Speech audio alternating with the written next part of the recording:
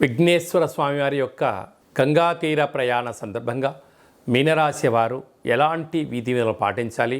ఒకవైపు ఏళ్లనాడు శని ప్రారబ్ధ సంచార స్థితిలో ఉండడం, కుంభరాశిలో శని భగవానుడు వక్రగమన సంచార స్థితిలో ఉండడం, అర్ధాష్టమ కుజదోష ప్రభావం నుంచి ఎలా మనము బయటపడాలో ఈ వీడియోలో సవివరంగా సంపూర్ణంగా తెలుసుకుందాం.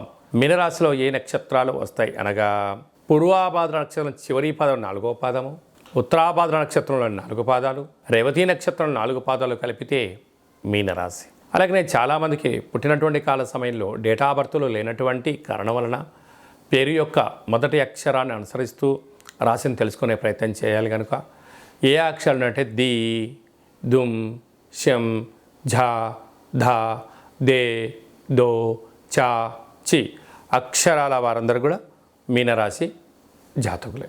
మీనరాశి యొక్క అధిపతి దేవగురు బృహస్పతి. వీరికి ఇలాంటి దోషం ఉన్నప్పుడు విఘ్నేశ్వర స్వామి వారి యొక్కకి పసుపు రంగు వస్త్రాన్ని సమర్పింపజేయడం, అలాగనే శనగపప్పుతో కూడుకున్నటువంటి ప్రమిదని రెడీగా చేసుకోవడం, దాంట్లో 16 ఒత్తులు వేయడం, అలాగనే అందులో కొబ్బరి నూనెను కానీ, ఆవు నూనె కానీ, ఆముదాన్ని కానీ, వేరుశెనగ నూనె కానీ పోసి భగవంతుడికి విఘ్నేశ్వరునికి మంగళ నీరాజనాన్ని భక్తి శ్రద్ధల చేత సమర్పించజేయడము, శనగపప్పుతో కూడుకున్న పదార్థాన్ని నైవేద్యంగా పెట్టడము, లేదా శనగలను ఉడకబెట్టి స్వామివారికి నైవేద్యంగా పెట్టడము, భక్తులకు భక్తి శ్రద్ధల చేత ప్రసాదాన్ని పంచగలిగినట్లయితే అద్భుతమైనటువంటి యోగం మీనరాశి వారి సొంతం అవడానికి చాలా అవకాశాలు ఉన్నాయి. గురు యోగ్యత కలుగుతుంది, శని దృష్టి తగ్గుతుంది, మనోధైర్యం చేత మీరు అనుకున్న అన్ని పనులలో మీనరాశి వారి సొంతం అవుతాయని చెప్పి గమనించాలి. అలాగే రాశిలోనే రాహు సంచారం చేయడం వలన చిన్న చిన్న విషయాలకు మీరు అపోహకు వెళ్ళొద్దు, ఈగోకు వెళ్ళొద్దు, పగలకు ప్రతీకారకు దూరంగా ఉండండి.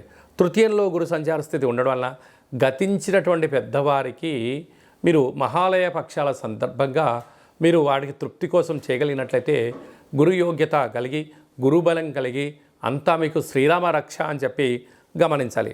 అర్ధాష్టమ కుజుడు సంచారం చేయడం వలన మీ జన్మ నక్షత్రం రోజున పూర్ణిమ, అష్టమి తిథి యందున దూరావాయు జల ప్రయాణాలకు దూరంగా ఉండండి, అపోహలకు దూరంగా ఉండండి, అనర్థానికి దారి తీయకుండా సౌమ్యంగా మాట్లాడండి, మౌనంతో జీవన విధానాన్ని పొందే మానవ ప్రయత్నం చేయండి.